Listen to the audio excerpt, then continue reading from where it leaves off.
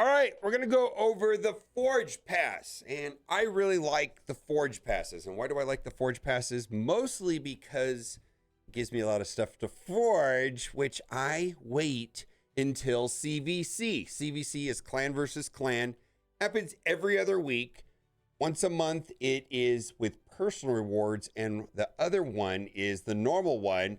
But what I do is I collect everything in my Forge, which I get from Forge Passes, I get from the Faction Wars, and I also get some from the Doom Towers and using the silver keys. And then I go and I forge them all at once. Of course, when there's a one-off, quest that requires me to forge something, I'll do that then. But generally, I am only forging during that period. Now, if you've not done so already, click the link in the description or scan the QR code here on the screen. You'll get Corrado Fox Hunter, which is a legendary, just by playing the tutorial. And then when you get to level 15, you can get Ugo, who's an epic support champion, quite amazing. Then in the very first 24 hours of playing Raid Shadow Legends, you really got to do this. And you can only enter in one code, Monkey King, and you will get probably my favorite character. Yeah, he is my favorite character, Sun Wukong, legendary. You can only do that in the first 24 hours. So how do these Forge Passes work? Well, there's two tracks. There's a free track and a paid track. And I get the paid track and I just do the $20 one. Now, the gold pass will advance and you will be through the pass faster. And I don't see a lot of value in that. I just like to get the standard pass. So I'm going to do that right here, right now. And we're going to activate it. All right, it is all set. So $20, and then I will get immediately right out of the gate, I'm in the way here, an extra 10 XP. So you receive the Forge Pass, and that'll build up because there's several of them here. There's one when you get to 19, another when you get to 28, another one to 41, and then another one at 48. And there's a couple here that I've got running right now. So this is the gear removal, which is going to be going on for the next 4 days and 23 hours. And also, I got to mention this. This was quite an unusual one because it was 2 weeks long. That is an excellent time to get through these. Like you can see Dark Elf, that's what I'm going to be doing today. I already got my Sacred Order to 63, but I'm going to try to get my Dark Elf by re-gearing them with my best gear, right? And try to get it as close to 63 as possible. Now, I think I can do that with 50s and 60s. I don't think I can do that with 40s. But you can see I've been pushing them at like 63, 63, 63, 63, 63. Got some to work on, but I think that the next time that we have an extended gear removal, I will be able to take full advantage of that and finally get through all of it. Seems like a good idea. Anyways, Giro, then we got right here, Forge Pass. Current pass is 10% experience in silver from all battles. So that's going to be super useful when there are tournaments, like there's one running right now for the event to get the souls for Artor. But extra experience in silver, and then it caps out at level 5, and that is fantastic from the Forge Pass. And so that's part of one of the perks for the $20. Now, I do want to say there's these XP boosts. I just seem to get them. Now, I've been playing the game for 8-9 months, and I have never ran out of these. I feel like I get them through normal gameplay, and I almost always have them on. I think champion farming would be nearly impossible, well, not efficient for sure if that was not running, but that is almost always running. And then right here is something else, the raid card, 20% experience from campaign battles, 20% silver from campaign battles, and then 70 extra multi-battles. Now, this is something that I buy, and I think it's $10. We're going to go into the shop and look at this specifically. And if I was using the RSL helper and I didn't really want to bother with the extra experience in silver, I think that would be okay.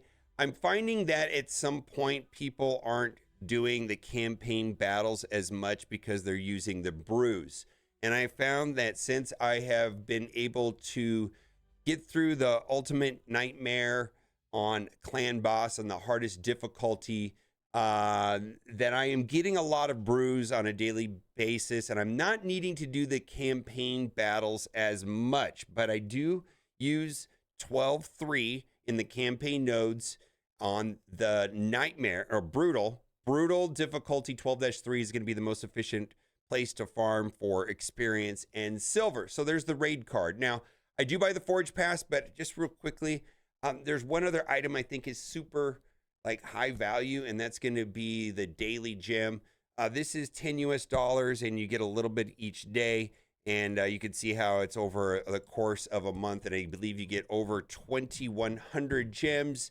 And that is probably the first thing that I would consider, probably even before the Forge Pass, for sure. Now, the raid card, there's two different ways of doing it. You can do it $50 for 6 months, or you could do $10 for a month.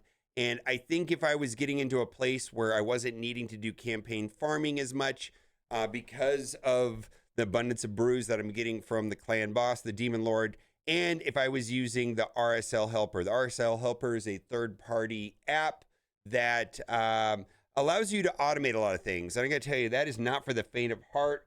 I have played with the RSL Helper, and I have found it to be somewhat clunky. And then also when there is a patch, it does not update right away. And that is called the RSL Helper. But I'm finding that players that are highly engaged are using the RSL Helper in particular for tracking their pity on their shards, because there is a pity system that they will, the mercy system right here, and it tracks where they are. So when there is a, like a double extra legendary event, you can see on average how many shards or how far before you hit the mercy system. Now, we got way off track. Let's go back to the Forge Pass, because the Forge Pass works a couple different ways, and you can see that there's rewards in here. I'm finding that the glyphs are incredibly helpful, beyond helpful. Like these speed glyphs right here are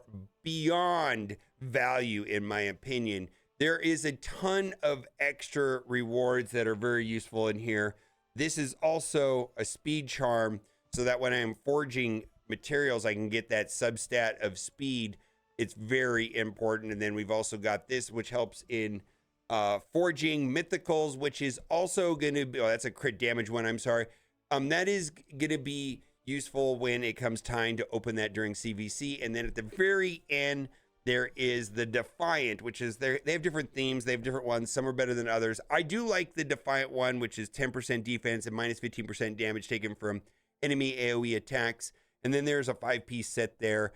And I like this one because it's a 2-set bonus. And when I first started and I was in early stages of playing Raid Shadow Legends, I was going for the quality of stats in each individual piece over sets. Now I've gotten into a place where 2-piece sets make a lot of sense to put together, and I'm being able to take care of good individual pieces and make a set. And the 2-piece sets are a lot easier to work with than the 4-piece or even the 9-piece. I think that when I have better gear across an assortment of sets and I'm able to put together sets, the 4-piece sets and the 9-piece sets are going to be more and more important. In fact, the 9-piece sets are over the top good, all of them. And one of the Forge passes is a 9-piece set, which is Slayer. This is not that. But I do like the 2-piece sets in a lot of ways better than the 4-piece sets. I kind of like understand the value of the 9-piece ones, because the 9-piece ones are additive. Like if you have 2 pieces, you get a little bit more, 3 pieces, 4 pieces, then when you get them all done, of course, but you can go partially the way through of it. And it's kind of challenging to get those pieces inside of the accessories for the ring and banners and all of that. But those pieces are very good. Now, I pretty much ignore the weekly challenges and I only work through the daily challenges. So on a daily basis, I'm trying to, get through all of these items. There's some things that happen daily: Fortress, Crypts, Demon Lord. These are done on weekly. Gold keys, silver keys, Cursed City keys, those all refresh daily. And then that is a part of my daily activities, which involves going through the daily quests. And then I basically skip over the weekly and monthly quests because they seem to just happen on their own. I don't focus on them. And that's the reason why I'm bringing this up. And then I am very diligent about advanced quests, although the live arena battle sometimes throws me off. I don't really enjoy the live arena. I did for a while, but I don't like it that much anymore. I feel like it is such drastically different gameplay experience than what I'm used to in playing Raid Shadow Legends that I don't enjoy the waiting and then the losing and then them going first or them not taking a turn and just it takes forever. I don't like it. So just like the other quests, the normal quests, I don't really bother with the weekly challenges. So they do open up over the course of the month. And so right now we're in week 1. During week 2, the week 1s are still available. So by the time I get to the 4th week, I'm going to be able to be working on all 4 of the weeks. And I found that I don't really have to pay a lot of attention to them. And then I'm still getting through the entire track essentially by ignoring these weekly challenges. Now, I do focus on the daily challenges, and a lot of them are going to happen just through the normal gameplay, like claim all pay time rewards. That's just going to happen. Use 1 Demon Lord key. Well, I'm going to do that anyways.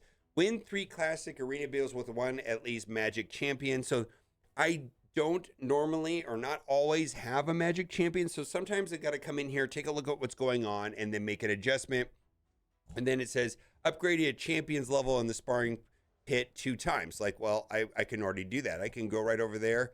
And then when these finish up, I can click it twice. That one come up in 48 minutes and that one there in 20 minutes. And that'll be satisfied for the day. I just don't bother with the weekly ones. I just go and do the daily ones. And I find that the weekly ones take care of themselves. Yes, there is some advantage to getting through it faster because the quicker that I get through the Forge Pass, the better access I'm going to have to this experience. Because right now when I start doing it, I'm only at the 10% bonus. And if I get to the end quicker, then I'll be closer to that 50% experience in silver. And so if you wanted to get closer to that, that would be the reason to spend. Like at the beginning of the video, I spent the $20. Like if you wanted to buy the upgraded one, it will get you there faster. But I just have found that I get there anyways just by doing the daily challenges, and the weekly challenges seem to take care of themselves. Sometimes I'm really bored. Yeah, I'll go through there. You can see I've already got some of them already going. Like maybe, like I feel like a lot of them will happen on their own, but some of them are really hard to do and not convenient. Heal 100 times in campaign battles includes lifesteal, leech, and continuous heals. Like I just don't see that happening during my normal gameplay experience here in Raid Shadow Legends, so I just ignore it. And I have found that I'm able to get through the rewards and get to the end usually by week 3, maybe a little bit earlier. I think you could do it faster than that if you're really diligent. So I do like the Forge Pass. I do like the $10 pack for the daily gems. And then the Raid Pass, that's okay. I like that. That's good too. So on a monthly basis, I'm typically doing the Forge Pass for $20, the gems for $10, and the Raid Pass for $10. So $40 worth of battle passes, which is not a low amount. I'm not going to say that it's a low amount, but I see that there's a lot of value. I think if I was going to, someone asked me, said, where would I spend $40 in Raid Shadow Legends? That's the first $40 I would spend, for sure. All right, let me know what you think in the comment section. And also, if you haven't done so already, click the link in the description or scan the QR code right here on the screen, and you will start the game off with a legendary character, Corrado Fox Hunter, and then you get Ugo when you get to level 15, an amazing epic support champion. And then don't forget, in the first 24 hours to use the promo code Monkey King. If you're on iOS, you're going to have to do that on their website. A link to that will be in the description as well. Bye for now.